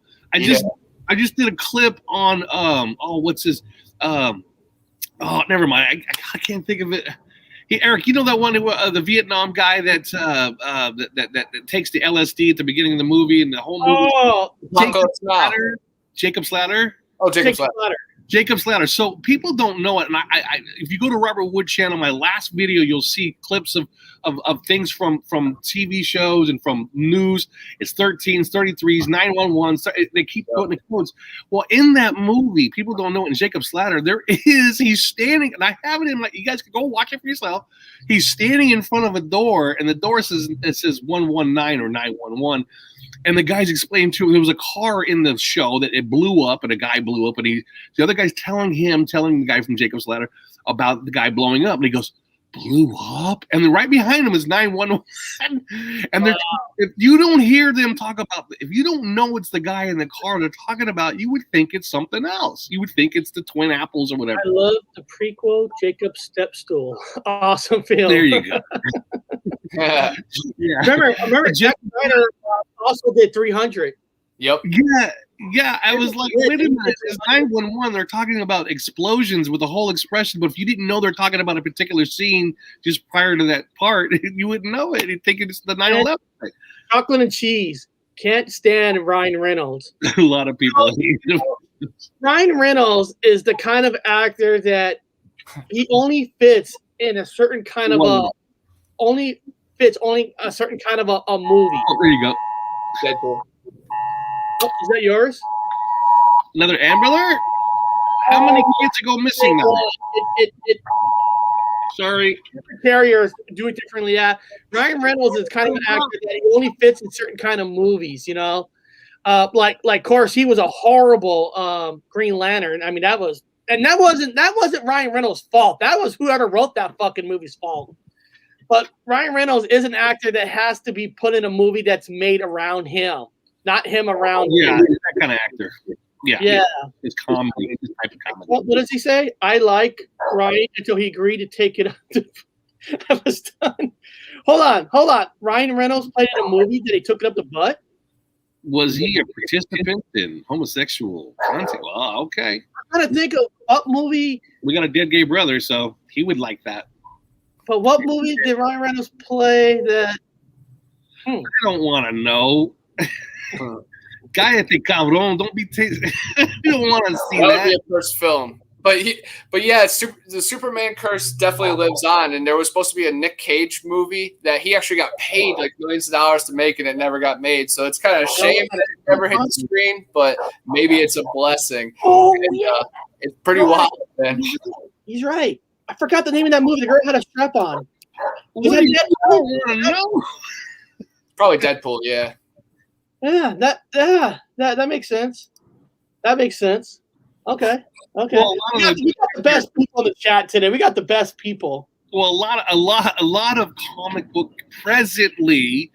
It's correct that Dan would say that presently there is a lot of comic book characters that are bisexual.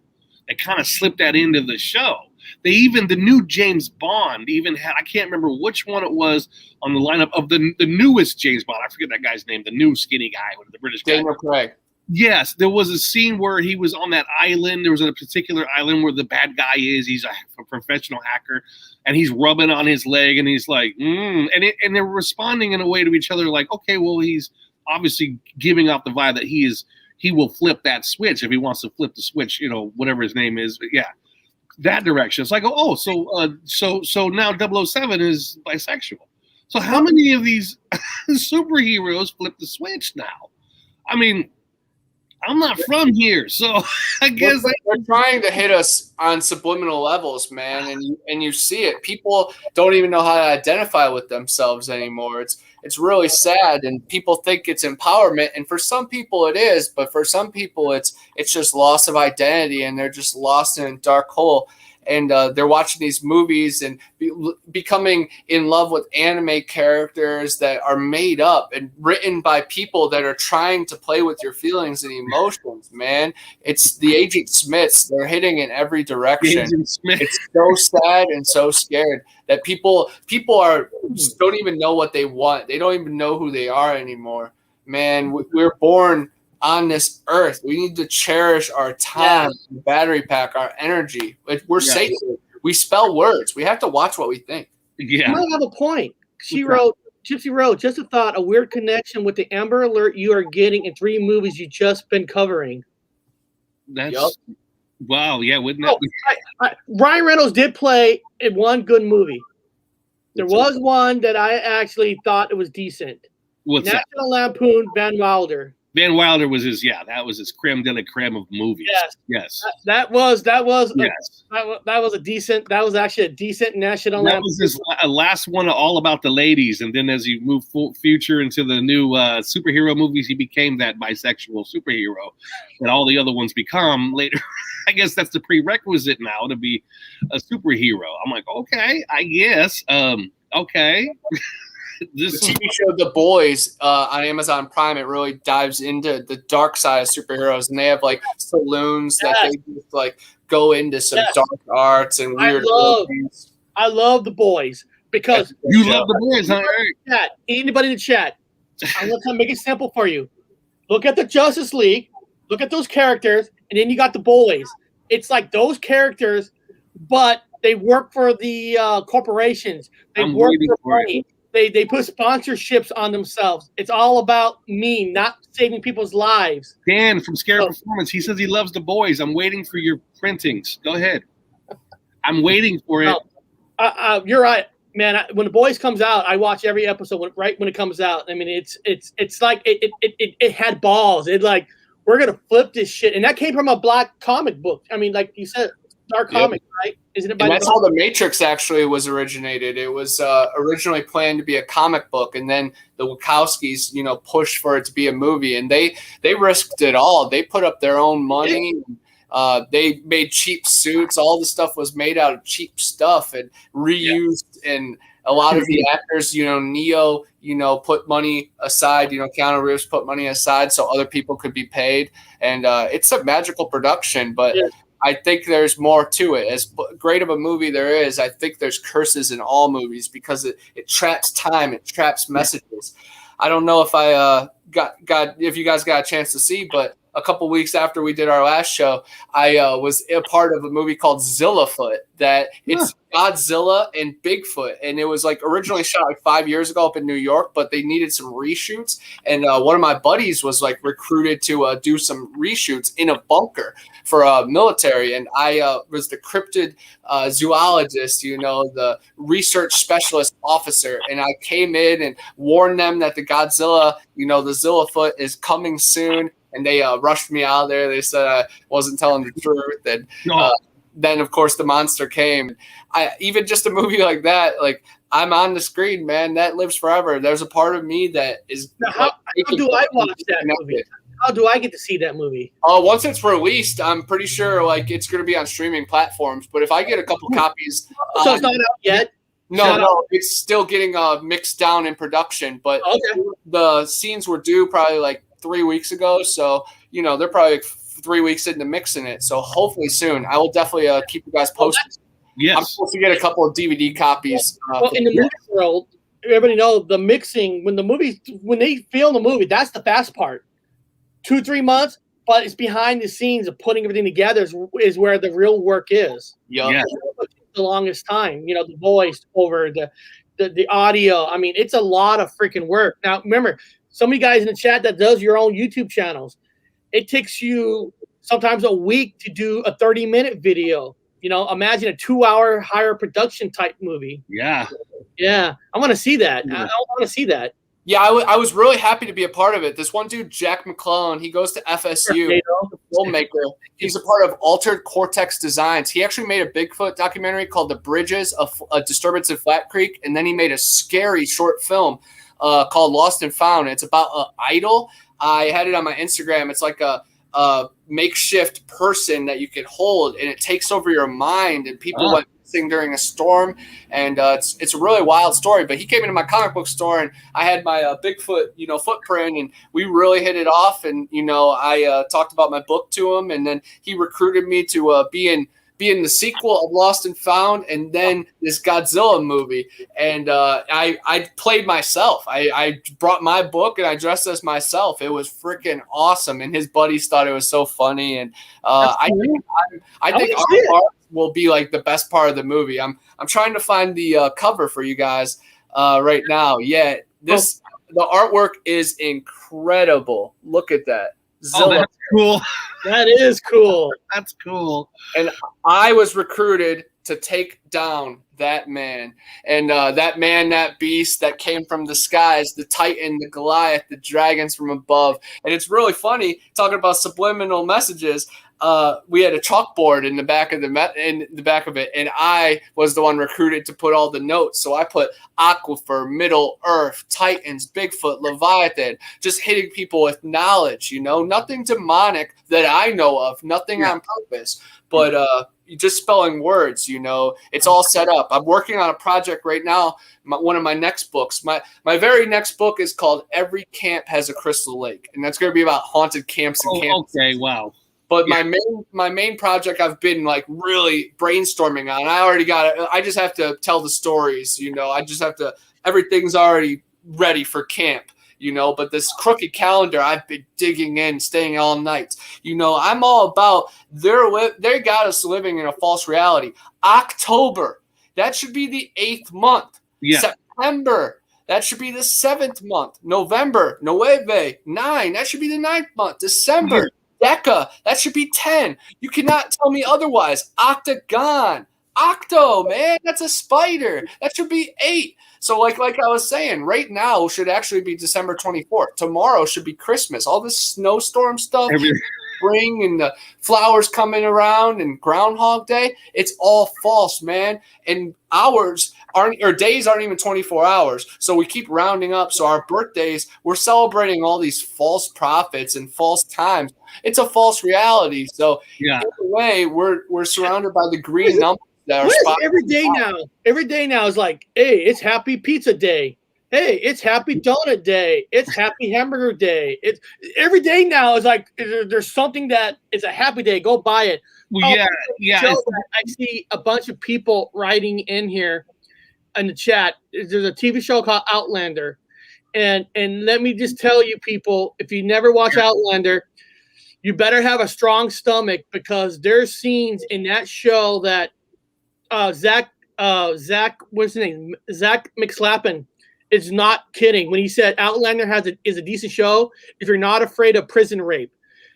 The prison rape in this movie is something that Bob, I know you're in the UK. We all love British people, but back in this era of this show that it's in, it makes you not like the British. Okay. What they did, go with the undertones again. Some of these Scotland people in this movie, holy fucking shit! And it's a show about magic powers. Okay. It's like a girl in a modern day World War II era, whatever. She goes to these big rocks, like you guys are talking about magic powers, and somehow this magic rock takes her back into the Scotland War with the British. Okay, were they? So it's like a time travel kind of a deal. Time travel FUBAR movie. Okay. But there's some scenes in that show like, oh my god. Is Ryan Reynolds in this movie at all, or? No, Ryan Reynolds. The other spectators. Let's just say you get something stabbed in your hand while you're getting raped. Yeah, I'll just not watch that. I just watch something else. Yeah, instead you should watch Westworld. Have any of you guys watched this? I've seen the first season of the Westworld, and that's actually executive producer is actually J.J. Abrams. Okay. He didn't direct them. He's actually an executive producer on it. But I never got back into it, which I need to. It wasn't bad. Yeah, there's 3 seasons now, and it has really progressed as a story. Some people have kind of faded away from it, but hey, man, it's telling a reality of a story, man. We got to watch it, read between the lines. It's same thing as Dark World. It's Dark World. After the 6th or 7th season, I kind of got lost of The Walking Dead. I didn't want to finish it. I didn't care, but because of the lockdown, I said, "Fuck it, I'm gonna finish it," and I got back into it, and it got good again. I got to do that with Westworld, where Definitely. I got the time, right? I mean, did you guys watch Lost with J.J. Abrams too? Oh yeah, I watched every season. Best show ever. Yeah. You know what's funny about Lost is if you actually go back and look at the symbol, the actual like octagon looking at certain, it looks, and people bring it up on Reddit. They're like, it looks like the hydrogen collider, the way the battery or the way the magnets are structured in the hydrogen collider. It's the same thing in Lost. It has the same kind of concept of like the on the island, and it's the same thing like in Total Recall with the same kind of symbol. I'm like, this is really weird. Oh, yeah, JJ also did. Of course, the Arnold one is the more famous one. Yeah, but yeah, that one's pretty crazy too. Like they're playing with our minds. Are people even married to the ones they married? Like we are being replaced in our sleep. It's surrogates, man. The things that replaced us. 7 years of my life back. Slither. Yeah, I know what you're saying. Yeah. I forgot. JJ also did Heroes. That was actually a decent. Another one. Yeah, we'll see that whole. Escape Performance wants 70 years of his life back because of 7. There's your 7 right there. That's 7 years. Was it 7 years that series was? Because I want to bring up Eric. I want to bring up that before we get too far into it. That flight that went that had a problem with the engine, flight 777. Yeah. So the flight number it was 328. I just want to bring that up, guys. So 328 is 13. So another 13 hit, and then there was a jet that also went down like a day before. And the jet crash also has a 13 in it. Anyway, so there's a lot of the 777s keep popping up with a lot of weird shit. I just keep seeing 7s for a lot of shit. And they have the 13. I call the Matrix stamp that goes with it. So every time I see the 13 is a Matrix stamp, take a look and see what's going on with the engines. You're right. Planes are changing. That's why I'm telling everybody they need to go to my website and watch my third story on 9/11 and look at those planes, how they changed. Oh, yes. They changed. Bob, did they change? Oh, yeah, they've changed all right. They went all right. It'll blow your mind on what those planes look like now. Yeah, they went from 747s to 767s, and now they became bananas. Now they're bananas. And just think, when they are that high up, they can enter channels that are kind of unmarked, man. Weird things happen in planes. There's been a lot of planes that went missing. And two pilots that have trained in the Tyndall Air Force Base down here in Florida, they went missing and they gave up the search after 2 years. It's unreal. I just found this pack of 1990 cards. I want to unravel it, man. It's like diving into history. I got a whole box. I love it. I'll to be real quick. While you do that, look at the first pack. Tony Gwynn, man, rest in peace. Wow. It has 31-year-old piece of bubble gum too. 31-year-old. 13. Eddie Murray, another Hall of Famer. But just digging into, it's just like fishing. It's just like fishing, cave diving. Like all these people buying Pokemon cards at McDonald's right now, like things are alive and they take form. I was deep in LSD trance last night and I opened up a message about this guy read 2 of my books already, and he read it, Big Brother Bigfoot and then Eerie Swamps, and just reading that he's like taking notes on it. It's like something that I gave birth to is like taking so much more form, and it's to me. So our moments like define reality, and they have ripples that dive into our surroundings and our environment. It's just like it's so malleable, man. We need to really be sensitive to everything we do. It seems like just to me, I'm insane. But says, eat the gum. God. Come on, do it. Eat the gum. I'm right into it. Gum. Hey, why not, dude? It's gum. Hey, let me ask you this question. Somebody said that 777 is a holy number. Is that true? Yeah, well, it's in the Bible a lot. I always come back to like the Noah's Ark thing. It used to be 2 and 2 animals, but now it's 7 and 7. Not to mention he's got to sacrifice 7 clean animals. That's another weird one. But a lot of 777s. Biden himself is 77. It's just this consistently 7. Like if you go to the Middle East and you got to go around the Kaaba, whatever, you got to go around. The Prophet Muhammad went around 7 times, counterclockwise. That is 7 times. So there's a lot of 7s keep popping up. Just boom, boom, boom, boom, boom. Kind of weird. Well, Tesla said figure out 369 and you figure out secrets of the universe. With where does 7 fit in, you know? I know 7, 8, 9 though. Well, because if you do the thing for 369, it has a certain kind of corners. It always hits the same marks on each corner. I was just doing the thing on the Venus. Give you guys some information on Venus with fucking weird ass numbers. Venus, it's called the Road of Venus. Venus goes around. Every 8 years. Venus goes around the sun every 8 years, and then it finishes its mark. It actually makes a pentagram, or it makes they call it the rose. It makes a pentagram with 5 points. There's your 5-pointed star. Venus, the morning star, 5 points, goes around every 8 years. So keep your eye on that with the constellation when it makes its full turn. And it goes around the sun. Actually, within 8 years, it goes around 13 times. So it goes around 13 times around the sun, if you believe in all that stuff up there. But all that to me is just a calendar. Again, it'll make 5 points. It makes 5-point stars. So Venus is really rocking some shit lately with some weird stuff. Keep an eye on that, guys. Look up there, the rose of Venus. And it makes that certain pentagram up in the sky. This is a big YouTube. We're in the chat, guys. Yes. Your YouTube channel right here. This is Bigfoot Anonymous. I forgot to write the second word, but it's his channel, Bigfoot's channel. Yes.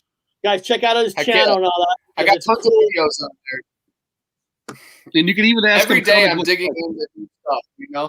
Even this morning I went to a little abandoned house, just recording stuff and trying to dig into the history and tap into the forgotten frequencies that surround us, man. Like after the hurricane, probably 20% of here grew of abandonment, and stories have just been forgotten. And as time goes by and more problems arise, then, it just gets drowned out. So I'm trying to leave my mark and make people feel like what their ancestors did, because we need to be reminded who we are. We're losing identity. And if we can look around and see, encouragement and like inspiration, we need to reflect it because we are each other, we are our brother.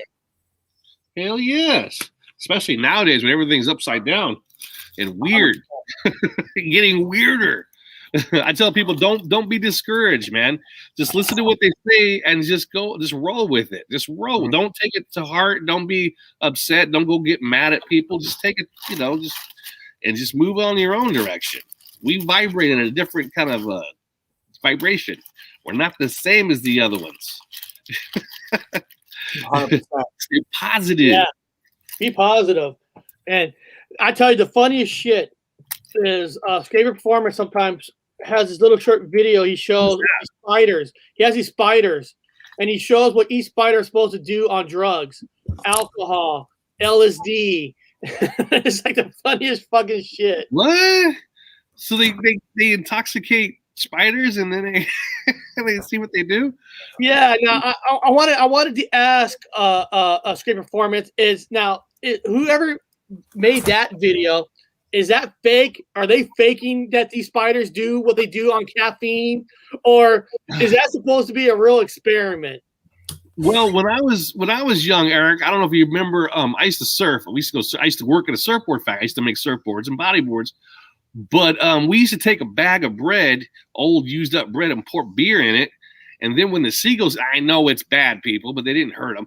And we used to throw beer-soaked bread up, and the seagulls would catch it and eat it, and they would get drunk because they're a different kind of liver, so they get drunk immediately. So you see all these seagulls doing dive bombs, they're doing kamikaze dives on all the people laying on the beach. So we sit back and just get high and watch all these seagulls that are drink beer-soaked bread, and they're kamikaze all the people on the beach is like knocking them over, and they're like flying. It looked like the movie The Birds. And we caused the whole thing. I was like, nice. Drunk birds. Mothman. Yeah, it's a look They're like making the new Jeepers Creepers. They announced that today. I am so excited. Oh, And another one. Is it? And Is it it? doesn't have the sequel? director. He's not in this one because he's been arrested for some very bad crimes, so he's not connected to the story. So hopefully they get to start fresh. And I think for the release, I'm gonna go to Ocala where they filmed the original one, and I'm gonna go to the diner and make a video. And because the Jeepers Creepers, man, the creeper is a Bigfoot. It's a Mothman. It's a cryptid. Mothman that made it with a Bigfoot. It's a Mothman / Bigfoot.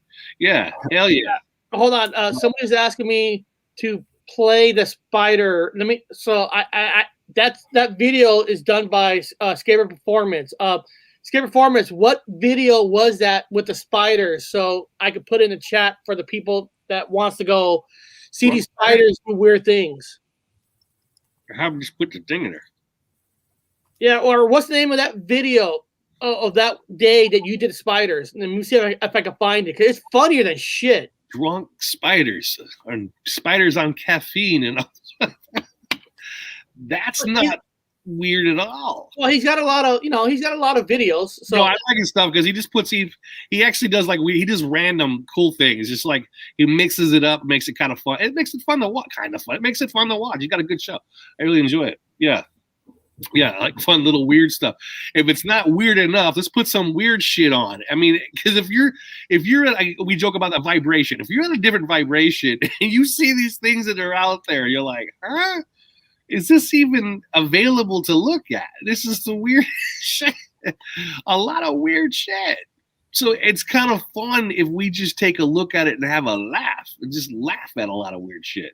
Everything out there to me is a big ass fucking movie. It's a joke. It's fun to laugh at. I can't stop. There you go, Bigfoot glass. Yeah, it's a Bigfoot cup. I just wanted to shout them out. North American Bigfoot Center. It's in Boring, Oregon. My buddy Tyler from the Bigfoot and Citizen Scientist podcast sent me a dope package, and I've been drinking water out of it. And drink water. I have to clean your spiders. Drinking it. Scaber Performance, can I show your spider video? I want to ask you first because this is your content that you played, but I found the spiders. If you let me play it, I'll show everybody the spiders. Yeah,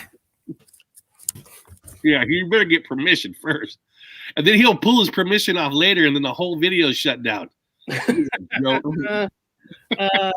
I've just deleted all my comments, and now I got him.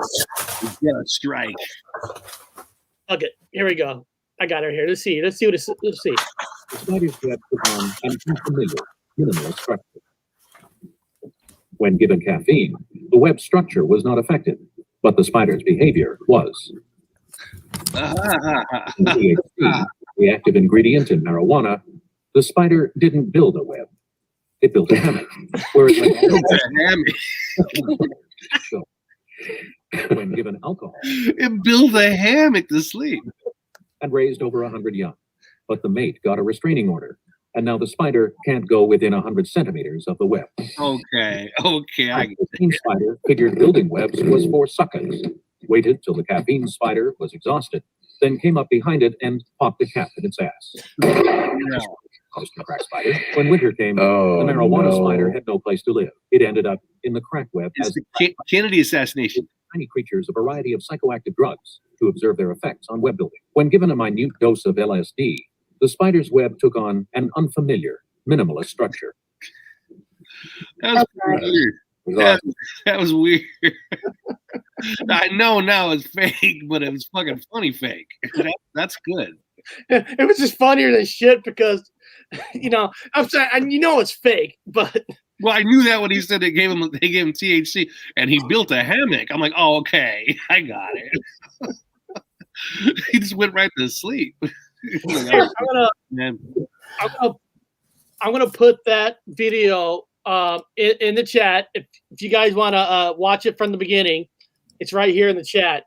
So we like I said, we're getting close to the end of the show. So I want to go back to Bigfoot for a second. So what are you gonna be doing once you get off our channel? What's coming up right now, right after the channel? What are you doing next? Are you coming out another video soon? Oh yeah, I'm always releasing content on my Instagram and YouTube. I'm working on those 2 books right now, and then a third one that I just shot the cover for. I just went to Elm Street here in town, and then my other one's going to be We All Grew Up Near Elm Street, and it's going to be tales of like different roads, that are haunted, that surround us. So I'm always constantly typing and digging into my mind, trying different hallucinogens and experiments. I just ordered Hawaiian baby wood rose seeds, which I used to be really big on. They contain LSA. They are illegal to buy. And if you ground them up and you put them in a shot glass and keep the water in like the refrigerator overnight, it turns into a little tea. And if you drink it like the Aztecs used to, you can channel your inner spirit and have very wild closed eye visions. And I'm going to do a story about that, a video on that. But I'm definitely going to have to cleanse myself and get ready to be, come back to that trip. And then Morning Glory, there's Heavenly Blue Morning Glory seeds from Terrence McKenna's farm, legally able to buy too. You just put those in a snack pack and eat the snack pack pudding, and you'll be hallucinating for a while. So I'm going to dig into some legal trips and try to wake people up into what the ancient people were digging into, because we're in the matrix, man. We have to break free, and that starts with our vibrations. And I had an enlightening trip last night that really woke me up. And it's so wild because Sticky Fingers is my favorite band, and they're from Australia, going through some trials and tribulations. But a long time ago, 4 or 5 years ago, when they dropped Outcast at Last, me and my best friend were on a trip for an eclipse. And now it connects back because the same guys released the music video last night out of the blue. And it's so wild that, the frequencies, the archaic knowledge and vibrations that we were in tune with just from a little piece of paper that we ate took us back to that. And it's just like, man, this song was made for me. And it's like, what songs were made for you and what plants were made for us. And, everything is made and surrounded and just soaks us in. But yeah, I'm just, I hate to even say it, but like waiting for the world to like adapt a little better or get back to normal. I know things will never be normal. Here's a question for you. Seeing from the Nile asked, Gypsy Road, ask your guest about Port Chantum, Alaska, and the Bigfoot up there. Yep. Rest in peace to all the fallen people that died in Port Chatham. Now it's abandoned just because it has been overran by these hairy monsters. The men would go out hunting and working in the deep forest, logging, and they would never come back. And after a while of dozens of disappearances, they literally moved out. Everybody moved out of there. And Port Chatham is one of the most dangerous places to stay overnight. These creatures are not scared to rip apart people. And it's just silly to me when people say, oh, there's no evidence. I was screaming about it at the top of my lungs last episode I was on with you guys. There's people losing their lives. There's people going to therapy because they're having these encounters and they're being bullied into holes, man. A whole village had to abandon because of these creatures and these entities and these demon watchers, man. We need to have faith and we need to, link arms. But sometimes even linking arms is not strong enough. But with some of these forces, if you call upon the light, the dark will leave you alone, because just a little bit of this in a dark room will enlighten everything. So just think that there's a little spark inside of us, inside of our crystal, and just like the prism, like you were talking about, it shoots into so many different directions. Imagine if we could actually channel who we are, and then the crystals do their job. Dude, so many firmaments, so many domes, so many Venuses, so many planets, so many souls. We're in every direction, and that's what's so important. But first, we need to break free because we're freezing in hypothermic pods, and we need to wake up. But I'm definitely I'm going to do some wild stuff here soon. I'm getting a membership in Tallahassee for the sensory deprivation tanks, the float tanks. You go in there for an hour. The water is your body temperature, and the Epsom salts make you float. I'm looking very forward to that. And then the Seacrest Wolf Preserve is this wolf zoo, only place in America that you can get up close and personal with this. And, it's kind of funny that I'm like a cryptid hunter, so maybe it kind of gets like that dark monster vibe. But I think it will be a nice bridge to meet them halfway and like cuddle with these wolves, But I'm still trying to figure out werewolves, so maybe I can get some ancient knowledge from these animals. Or maybe But you man, can get, one of them get a wolf and put it in one of that chambers with you with the water. Just actually close it down with a wolf inside the water thing. Yeah. Hey, that's what they were doing. That's what they were doing with dolphins back in the day. And they were having dolphin births, and it's illegal to communicate with the dolphin because they have more knowledge than us. They could just give us the answers. That's why when I'm deep sea fishing, I take my broken glasses off. I put my head right on that ridge right there. And like when they're riding right in front of the boat, I try to channel them. And it's really hard, of course, but man, they know who I am. They know who I am. I can promise you that. Well, beyond that, guys, my glasses broke making a movie. A song. Oh man, got to tape them and everything. So, guys, in this Friday, we're gonna be breaking down the theory behind Nightmare on Elm Street. Not just the movie, the theory behind it about dreams and fears to get to people, like Slender Man. There's a bunch of dream type movies, like Dream Sleep. There's a lot of things that they use dreams on. You know, is it true?